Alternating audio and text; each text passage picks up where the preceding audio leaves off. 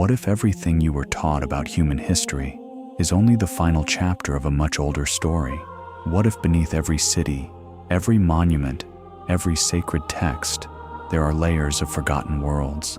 And what if we are not the first advanced civilization to walk this earth, but the seventh?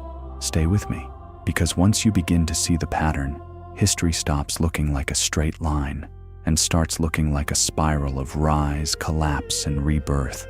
Archaeology has uncovered strange interruptions in the human timeline.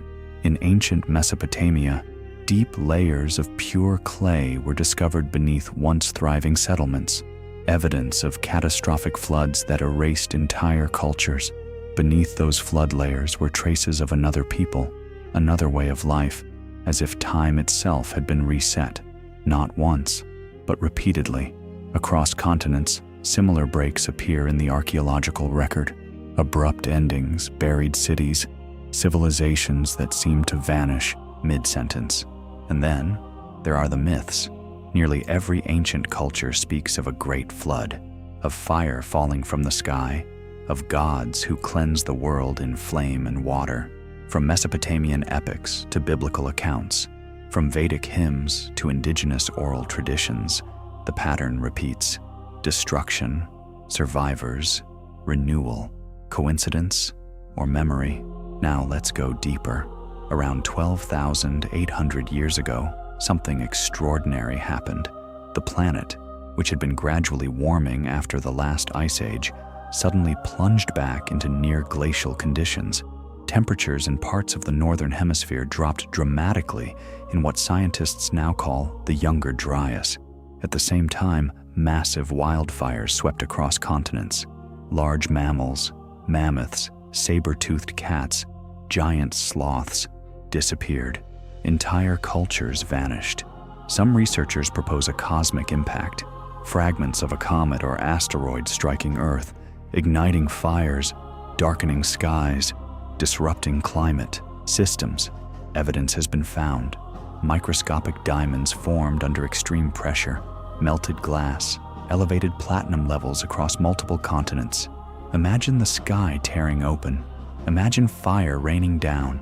Imagine survivors watching their world burn and then freeze. If such an event occurred, it would not just have been a natural disaster, it would have been a planetary reset. Now consider this. Shortly after this period, monumental structures appear, such as those at Göbekli Tepe in modern-day Turkey. Massive stone pillars carved with sophisticated symbols, aligned with celestial bodies, built before conventional history says humans were capable of such organization. Why would hunter-gatherers, supposedly primitive, build astronomical sanctuaries? Unless they were not primitive, unless they were survivors. What if those structures were not the beginning of civilization, but a memory of one?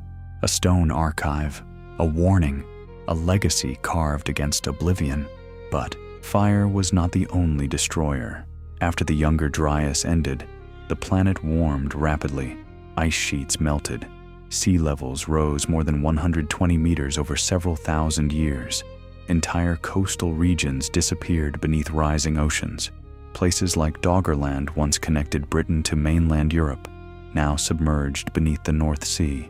Vast regions of Southeast Asia, known today as Sundaland, were fertile plains before becoming ocean floor.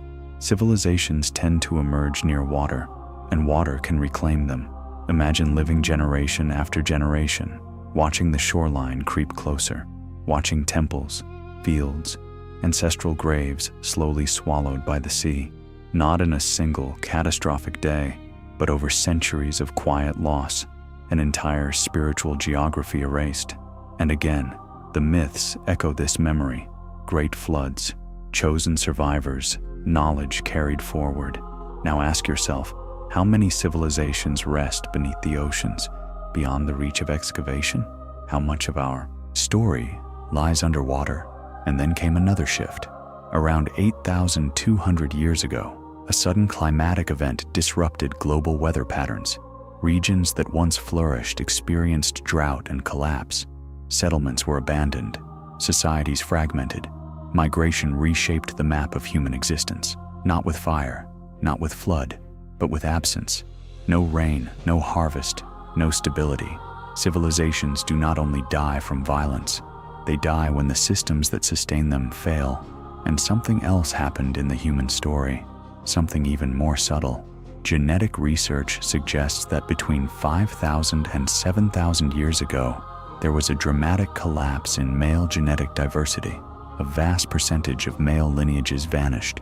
Social structures shifted, hierarchies hardened, power consolidated into fewer hands, civilization reorganized, empires rose, patriarchal systems dominated, and once again, memory faded. With each collapse, something is lost. Language, art, spiritual, insight, connection to cycles. What if 6 advanced phases of civilization rose and fell before ours, destroyed not by a single cause, but by different forces each time? Cosmic fire, rising seas, climatic chaos, ecological collapse, social restructuring. And here we are, the 7th, armed with technology beyond imagination, connected globally, certain of our superiority. Yet look around. Oceans are rising again. Climate patterns are destabilizing. Pandemics spread rapidly. Nuclear weapons exist. Artificial intelligence accelerates beyond ethical consensus. Cultural memory fragments. Disconnection from nature deepens. Does the pattern feel familiar? The most dangerous element in every collapse may not have been fire or flood. It may have been arrogance, the belief that this time is different.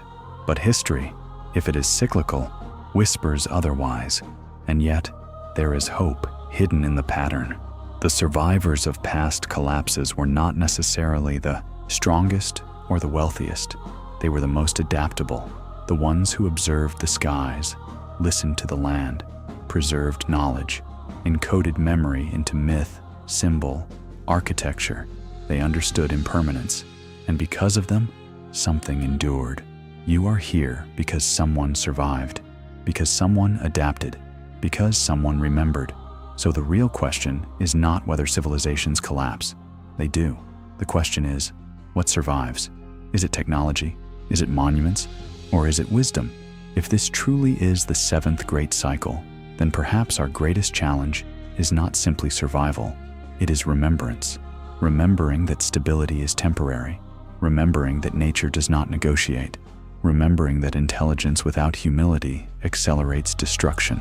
Remembering that we are part of a living system, not separate from it. Pause for a moment. Imagine future archaeologists, thousands of years from now, excavating our ruins. What would they conclude?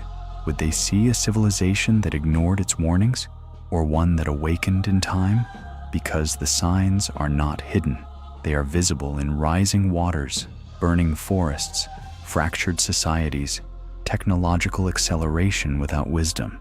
The echoes of previous cycles are not myths whispering from the past. They are mirrors, and perhaps the greatest inheritance from lost civilizations is not their architecture. It is their warning. You are not just a spectator in this story, you are a participant in a turning point. Every civilization believed it was permanent. None were. Every culture thought it had mastered nature. None did. So ask yourself honestly, are we learning or repeating? If the 7th civilization is to endure, it will not be through domination. It will be through alignment. Alignment with natural cycles. Alignment with responsibility. Alignment with memory. Because forgetting is what ends civilizations, and remembering is what renews them. If you made it this far, that already says something about you. Not everyone is willing to question the official timeline. Not everyone is comfortable staring into deep history and seeing uncertainty instead of certainty. But curiosity is the first act of remembrance. There was a moment, alone beneath a vast desert sky, when the silence felt older than humanity itself. The stars above did not care about empires. They did not remember names. They witnessed cycles, rise, fall, rise again. And in that silence, one truth becomes clear. We are temporary, but awareness is not. So now the choice belongs to us. Will we be another forgotten layer beneath the soil, or the civilization that finally breaks the pattern? Two paths are always present: unconscious repetition or conscious evolution. choose carefully, because sometimes the future of an entire cycle begins with the willingness to remember.